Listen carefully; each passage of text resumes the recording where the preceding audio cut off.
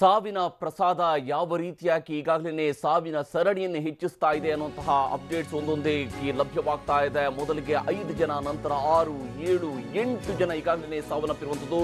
ಪ್ರಸಾದದಲ್ಲಿ ಕೀಟನಾಶಕ ಬೆರೆಸಿರುವಂಥದ್ದು ಸ್ಪಷ್ಟವಾಗ್ತಾ ಇದೆ. ಟಿವಿ9ಗೆ ಕೇರ್ ಆಸ್ಪತ್ರೆ ವೈದ್ಯ ಡಾಕ್ಟರ್ ರಾಜೇಶ್ ಅವರು ಪ್ರತಿಕ್ರಿಯೆಯನ್ನು ನೀಡಿದ್ದಾರೆ.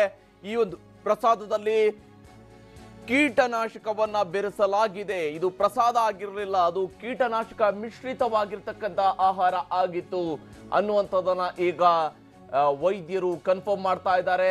ಕೇರ್ ಆಸ್ಪತ್ರೆಯಲ್ಲಿ 25ಕ್ಕೂ ಹೆಚ್ಚು ಜನರಿಗೆ ಈಗ ಚಿಕಿತ್ಸೆಯನ್ನು ನೀಡಲಾಗ್ತಾ ಇದೆ. ಇದರಲ್ಲಿ 10 ಜನರಿಗೆ ಈಗಾಗಲೇ ವೆಂಟಿಲೇಟರ್ ಅನ್ನ ಅಳವಡಿಸಿ ಚಿಕಿತ್ಸೆಯನ್ನು ನೀಡಲಾಗ್ತಾ ಇದೆ. ವೆಂಟಿಲೇಟರ್ ಅನ್ನ ಅಳವಡಿಸುವಂಥದ್ದು ಮುಖ್ಯವಾಗಿ ಆಕ್ಸಿಜನ್ ಸಪ್ಲೈ ಅನ್ನ ಮಾಡುವಂತಹ ದೃಷ್ಟಿಯಿಂದ ಉಸಿರಾಟವನ್ನ ತಹಬಂದಿಗೆ ತರುವಂತಹ ನಿಟ್ಟಿನಲ್ಲಿ ಈ ಒಂದು ಪ್ರಯತ್ನವನ್ನ ಮಾಡಲಾಗುತ್ತೆ. ಹಾಗೆಯೇ ಮೈಸೂರಿನ JSS ಆಸ್ಪತ್ರೆಗೆ 6 ಜನರನ್ನ ರವಾನೆ ಮಾಡಲಾಗಿದೆ. 7 ಜನರನ್ನ ರವಾನೆ ಮಾಡಲಾಗಿತ್ತು. ಅದರಲ್ಲಿ ಓರ್ವ ಈಗಾಗಲೇ ಮೃತಪಟ್ಟಿದ್ದಾರೆ. ಕೇರ್ ಆಸ್ಪತ್ರೆಯ ವೈದ್ಯರು ಈಗ ಟಿವಿ9ಗೆ ಕನ್ಫರ್ಮ್ ಮಾಡ್ತಾ ಇದ್ದಾರೆ. ಪ್ರಸಾದದಲ್ಲಿ ಕೀಟನಾಶಕ ಬೆರೆಸಿರುವಂತದ್ದು ಕಂಡು ಬಂದಿದೆ ಅನ್ನೋದನ್ನ ಕೇಳ್ತಾ ಇದ್ದಾರೆ.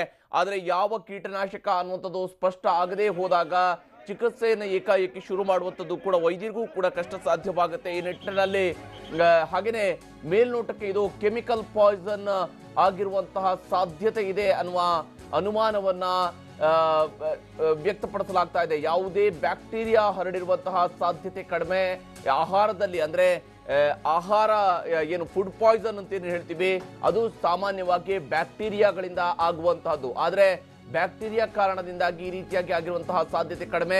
ಉದ್ದೇಶಪೂರ್ವಕವಾಗಿ ವಿಷಪ್ರಾಶನ ಮಾಡಿರುವಂತಹ ಸಾಧ್ಯತೆ ಹೆಚ್ಚಿದೆ ಅನ್ನೋದನ್ನ ಟಿವಿ9ಗೆ ವಿಧಿವಿಜ್ಞಾನ ತಜ್ಞರಾಗಿರುವಂತಹ ಡಾಕ್ಟರ್ ದಿನೇಶ್ ರಾವ್ ಅವರು ಕೂಡ ಕೇಳಿದ್ದಾರೆ. ಈ ಮೂಲಕ ಇಲ್ಲಿ ಒಂದಂತೂ ಕನ್ಫರ್ಮ್ ಆಗ್ತಾ ಇದೆ ಮೇಲ್ನೋಟಕ್ಕೆ, ಇದು ಕೆಮಿಕಲ್ ಪಾಯ್ಸನ್ ಅಂದ್ರೆ ಕೀಟನಾಶಕವನ್ನ ಬಳಕೆ ಮಾಡಿರ್ತಕ್ಕಂತಹ ಸಾಧ್ಯತೆ ದಟ್ಟವಾಗಿದೆ ಅನ್ನುವಂತಹದ್ದು ಈಗ ಕನ್ಫರ್ಮ್ ಆಗ್ತಾ ಇದೆ. ಇದು ಪ್ರಸಾದ ಆಗಿರಲಿಲ್ಲ, ಬದಲಿಗೆ ಇದು ಕೀಟನಾಶಕ ಮಿಶ್ರಿತ ಆಹಾರವಾಗಿತ್ತು. ಆ ಆಹಾರವನ್ನ ಸೇವಿಸಿರ್ತಕ್ಕಂಥ ಎಲ್ಲರೂ ಕೂಡ ಅಸ್ವಸ್ಥಗೊಂಡಿದ್ದಾರೆ. ಸುಮಾರು 90 ಜನ ಅಸ್ವಸ್ಥಗೊಂಡಿರ್ತಕ್ಕಂತಹದ್ದು. ಸಾವಿನ ಸಂಖ್ಯೆ ಏರ್ತಾನೆ ಇದೆ. ಮೊದಲಿಗೆ 5 ಜನ ಸಾವನ್ನಪ್ಪಿದ್ದಾರೆ ಅನ್ನುವಂತಹ ಸುದ್ದಿ ಇತ್ತು. ನಂತರ 6, 7, 8 ಈ ರೀತಿಯಾಗಿ ಒಂದಾದ ಮೇಲೊಂದರಂತೆ ಸಾವಿನ ಸಂಖ್ಯೆ ಏರಿಕೆ ಆಗ್ತಾ ಇದೆ. ನಿಜಕ್ಕೂ ಅತ್ಯಂತ ದೊಡ್ಡ ದುರಂತ ಇದು. ನೋಡ್ತಾ ಇದ್ದಂತೆ ಇವತ್ತು ಬೆಳಗ್ಗೆ ಆರಾಮಾಗಿ ದೇಗುಲಕ್ಕೆ ಹೋಗಿ ಬರ್ತೀವಿ. ದೇಗುಲದಲ್ಲಿರುವಂತಹ ವಿಷ ಏನು ಕಿಚ್ಚುಗುತ್ತಿ ಮಾರಮ್ಮ ವಿಷ ಪ್ರಸಾದ ದುರಂತಕ್ಕೆ ಈಗ 9ನೇ ಬಲಿಯಾಗಿದೆ. ಮಾರಮ್ಮನ ಪ್ರಸಾದವನ್ನ ಸ್ವೀಕರಿಸಿದಂತಹ 9ನೇ ವ್ಯಕ್ತಿ ಸಾವನ್ನಪ್ಪಿದ್ದಾರೆ. ಕೊಳ್ಳೇಗಾಲ ತಾಲೂಕು ಆಸ್ಪತ್ರೆಯಲ್ಲಿ ಮತ್ತೋರ್ವ ಭಕ್ತ ಸಾವನ್ನಪ್ಪಿರುವಂತಹದ್ದು. ಚಾಮರಾಜನಗರದ ಕೊಳ್ಳೇಗಾಲದಲ್ಲಿ ಒಟ್ಟು 6 ಮಂದಿ ಸಾವನ್ನಪ್ಪಿದ್ದಾರೆ. ಈಗ ಒಟ್ಟು ಸಾವಿನ ಸಂಖ್ಯೆ 9ಕ್ಕೆ ಏರಿಕೆಯಾಗಿದೆ. ಚಾಮರಾಜನಗರದಲ್ಲಿ ಕೊಳ್ಳೇಗಾಲದಲ್ಲಿ 6 ಜನ ಸಾವನ್ನಪ್ಪಿದ್ರು, 3 ಮೈಸೂರಿನಲ್ಲಿ ಸಾವನ್ನಪ್ಪಿದ್ದಾರೆ. ಈ ಮೂಲಕ ಈ ಸಾವಿನ ಸಂಖ್ಯೆ ಈಗ 9ಕ್ಕೆ ಏರಿಕೆಯಾಗಿದೆ. ಕಿಚ್ಚುಗುತ್ತಿ ಮಾರಮ್ಮನ ವಿಷ ಪ್ರಸಾದ ದುರಂತಕ್ಕೆ ಸಂಬಂಧಪಟ್ಟಂತೆ 9ನೇ ಬಲಿಯಾಗಿದೆ.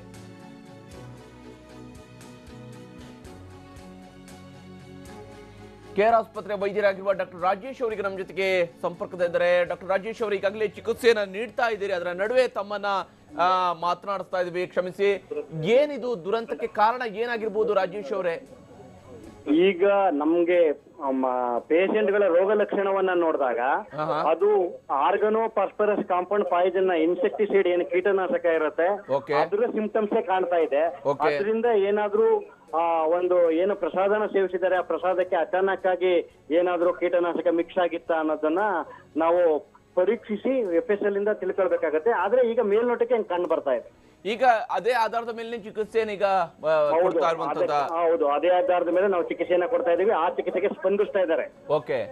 ಆದ್ರೆ ಈಗ ಒಂದೇ ಸಲಕ್ಕೆ ಇಷ್ಟೊಂದು ಪ್ರಮಾಣದಲ್ಲಿ ಏಕಾಏಕಿಯಾಗಿ ಇಷ್ಟು ಜನಕ್ಕೆ ಚಿಕಿತ್ಸೆಯನ್ನು ಕೊಡಿಸೋದಿಕ್ಕೆ, ತ್ವರಿತಗತಿಯಲ್ಲಿ ಕೊಡಿಸೋದಕ್ಕೆ ಎಷ್ಟು ಮಟ್ಟಿಗೆ ಸಾಧ್ಯ ಆಗ್ತಾ ಇದೆ ಡಾಕ್ಟರ್ ರಾಜೇಶ್ ಅವರೇ? ನಮ್ಗೆ ಚಾಮರಾಜನಗರ ಜಿಲ್ಲಾಧಿಕಾರಿಗಳು ನಮ್ಮ ಮಾನ್ಯ ಜಿಲ್ಲಾಧಿಕಾರಿಗಳಿಗೆ ಫೋನ್ ಮಾಡಿ ತಿಳಿಸಿದ್ರು. ನಮ್ಗೆ ಮೈಸೂರು ಜಿಲ್ಲಾಧಿಕಾರಿಗಳು ನಮ್ಗೆ ಫೋನ್ ಮಾಡೋದ್ರಿಂದ ನಾವು ಬೇಗ ಸನ್ನದ್ಧರಾದ್ವಿ. ಸನ್ನದ್ಧರಾಗಿದ್ರಿಂದ ನಮ್ಮಲ್ಲಿ ಇರುವಂತ ಎಲ್ಲ ಸ್ನಾತಕೋತ್ತರ ವಿದ್ಯಾರ್ಥಿಗಳು, ವೈದ್ಯರು ಎಲ್ಲರನ್ನೂ ಇಲ್ಲೇ ಕರ್ಸ್ಕೊಂಡು ಎಲ್ಲರನ್ನೂ ಇಲ್ಲೇ ಇಟ್ಕೊಂಡಿದೀವಿ. ಹಾಗಾಗಿ ನಮಗೆ ಆ ತರದ ಸಮಸ್ಯೆ ಏನಾಗ್ಲಿಲ್ಲ. ನಮ್ಗೆ ಮುಂಚೆ ಮಾಹಿತಿ ಗೊತ್ತಾಗದೆ ಸಡನ್ ಆಗಿ ಬಂದಿದ್ರೆ ತೊಂದರೆ ಆಗ್ತಾ ಇತ್ತು. ಹೌದು. ಆದ್ರೆ ವ್ಯಕ್ತಿಗಳು ಬರೋದಕ್ಕಿಂತ ಮುಂಚೆ ನಮಗೆ ಗೊತ್ತಾಗೋದ್ರಿಂದ ಆ ರೀತಿಯ ಸಮಸ್ಯೆ ಏನು ಕಂಡು ಬರ್ತಾ ಇಲ್ಲ. ಯಾಕೆ ಈಗ ನೀವೀಗ ಕೊಡ್ತಾ ಇರುವಂತಹ ಚಿಕಿತ್ಸೆಗೆ ಈಗ ಬಂದಿರುವಂತಹ ಸಂದರ್ಭದಲ್ಲಿ ಇದ್ದಂತಹ ಸ್ಥಿತಿಗಿಂತ ಸ್ವಲ್ಪ ಮಟ್ಟಿಗೆ ಸುಧಾರಿಸ್ತಾ ಇದ್ದಾರಾ ರೋಗಿಗಳು? ಹೇಗೆ ಹೇಗಿದೆ? ರೋಗಿಗಳು ನಮಗೆ ಸ್ಪಂದಿಸ್ತಾ ಇದ್ದಾರೆ, ಆದ್ರೆ ಕೆಲವರು ವೆಂಟಿಲೇಟರ್ ಮೇಲೂ ಕೂಡ ಹಾಕಿದ್ದೀವಿ. ಇನ್ನು 15 ಜನ ನಾನು ಒಳಗಡೆ ಇರ್ಬೇಕಾದ್ರೆ ಬಂದ್ರು. ಈಗ ನಾನು ನಿಮ್ಮ ಹತ್ರ ಮಾತಾಡ್ಬೇಕಾದ್ರೆ ಈಗ 3-4 ಜನ ಪುನಃ ಒಳಗಡೆ ಹೋಗಿದ್ದಾರೆ. ಟೋಟಲ್ ಆಗಿ ಒಂದು 28 ಆಗ್ಬಹುದು ಈಗ ಮಾಹಿತಿಯ ಪ್ರಕಾರ. 10 ಜನನ ನಾವು ಟ್ರೀಟ್ಮೆಂಟ್ ಮಾಡ್ತಾ ಇದೀವಿ. ಅದರಲ್ಲಿ 10 ಜನನ ನಾವು ವೆಂಟಿಲೇಟರ್ ಹಾಕೊಂಡಿದೀವಿ. ಮತ್ತೆ JSS ಹಾಸ್ಪಿಟಲ್ಗೂ ಕೂಡ ನಾವು ಶಿಫ್ಟ್ ಮಾಡ್ತಾ ಇದೀವಿ. JSS ಹಾಸ್ಪಿಟಲ್ಗೂ ಶಿಫ್ಟ್ ಮಾಡ್ತಾ ಇದೀವಿ. ಮತ್ತೆ ನಮ್ಮ ಮಾನ್ಯ ಆರೋಗ್ಯ ಸಚಿವರ ಸೂಚನೆಯ ಮೇರೆಗೆ ನಾವು ಪ್ರೈವೇಟ್ ಹಾಸ್ಪಿಟಲ್ಗಳು ಕೂಡ ಜೊತೆ ಮಾತಾಡಿದ್ದಾರೆ ಜಿಲ್ಲಾ ಆರೋಗ್ಯ ಮತ್ತು ಕುಟುಂಬ ಕಲ್ಯಾಣಾಧಿಕಾರಿಗಳು. ಅಲ್ಲಿಯೂ ಕೂಡ ನಾವು ವೆಂಟಿಲೇಟರ್ಗಳನ್ನ ಇಟ್ಕೊಂಡು ಟ್ರೀಟ್ಮೆಂಟ್ ಕೊಡೋ ವ್ಯವಸ್ಥೆಯನ್ನ ಮಾಡ್ಲಾಗ್ತಾ ಇದೆ ಸರ್. ಈಗ ಡಾಕ್ಟರ್ ರಾಜೇಶ್ ಅವರು ಎಲ್ಲರ ಸ್ಥಿತಿ ಕೂಡ ಬಹುತೇಕ ಒಂದೇ ರೀತಿಯಾಗಿ ಇದೆಯಾ? ಹೇಗಿದೆ ಅಂದ್ರೆ ಯಾರು ವೆಂಟಿಲೇಟರ್ ಮೇಲೆ ಇದ್ದಾರೆ ಅಂತ ಹೇಳಿದ್ರಲ್ಲ ಅವರು ಕ್ರಿಟಿಕಲ್ ಇದ್ದಾರೆ ಸರ್ 10 ಜನ. ಇನ್ನು 15 ಜನ ನಾರ್ಮಲ್ ಇದ್ದಾರೆ ಸರ್. ಅವ್ರಿಗೆ ವೆಂಟಿಲೇಟರ್ ಏನು ಹಾಕಿಲ್ಲ, ನಾವು ಹಾಗೆ ಟ್ರೀಟ್ಮೆಂಟ್ ಮಾಡ್ತಾ ಇದೀವಿ. ಅಂದ್ರೆ ಈಗ ಏಕಕಾಲದಲ್ಲಿ ಇವರೆಲ್ಲರೂ ಕೂಡ ಆಹಾರ ಸ್ವೀಕರಿಸಿರ್ತಾರೆ, ಪ್ರಸಾದ ಸ್ವೀಕರಿಸಿರ್ತಾರೆ. ಬಹುಶಃ ಎಲ್ಲರೂ ಕೂಡ ಒಂದೇ ಪ್ರಮಾಣದಲ್ಲಿ ವಿಷದ ಬಹುಶಃ ಅವರ ದೇಹಕ್ಕೆ ಸೇರಿರುವಂತಹ ಸಾಧ್ಯತೆ ಇರುತ್ತಾ ಡಾಕ್ಟರ್ ರಾಜೇಶ್ ಅವರೇ? ಹೌದು ಸರ್, ಒಂದೇ ಪ್ರಮಾಣದಲ್ಲಿ ಇರ್ತದೆ. ಮೊದಲು ಸ್ವೀಕರಿಸಿದವರು ಯಾವಾಗ ವಾಂತಿ ಮಾಡ್ಕೊಳ್ಳಕ್ಕೆ ಪ್ರಾರಂಭ ಮಾಡಿದ್ರು, ಆಮೇಲೆ ಕೆಲವರು ಸ್ವೀಕರಿಸಿಲ್ಲ ಅಂತ ಮಾಹಿತಿಯನ್ನ ಅಲ್ಲಿ ಜೊತೆಯಲ್ಲಿ ಇದ್ದವರು ತಿಳಿಸ್ತಾ ಇದ್ದಾರೆ. ಅಂದ್ರೆ ಈ ಕೀಟನಾಶಕ, ಈ ಪರ್ಟಿಕ್ಯುಲರ್ ಆಗಿ ಈ ರೀತಿಯಂತ ಕೀಟನಾಶಕಗಳ ಬಳಕೆ ಸಾಮಾನ್ಯವಾಗಿ ಹಿಂಗಾಗುತ್ತೆ? ಯೂಶುವಲಿ ಹೀಗೆ ವಿಷ ಸೇವಿಸಿ ಬಂದಿರತಕ್ಕಂಥ ರೋಗಿಗಳ ಲಕ್ಷಣ ಹೆಂಗಿರ್ತದೆ? ಹೌದು, ಎಲ್ಲಾ ಒಂದು ರೋಗ, ಭತ್ತಕ್ಕೆ ರೋಗ ಇರ್ಬೋದು ಅಥವಾ ಯಾವುದೇ ಒಂದು ಸಸ್ಯಗಳಿಗೆ ನಾವು ಉಪಯೋಗಿಸ್ತೀವಿ ಸರ್, ಅಗ್ರಿಕಲ್ಚರ್ ಆ ಕೀಟನಾಶಕವನ್ನ ತಗೊಂಡು ಇದು ಮಿಕ್ಸ್ ಆಗಿರುವಂತ ಲಕ್ಷಣ ಕಂಡು ಬರ್ತಾ ಇದೆ. ಎಸ್, ಧನ್ಯವಾದ ಡಾಕ್ಟರ್ ರಾಜೇಶ್ ಅವರೇ ನಮ್ಮ ಜೊತೆಗೆ ಮಾತನಾಡಿದಕ್ಕಾಗಿ.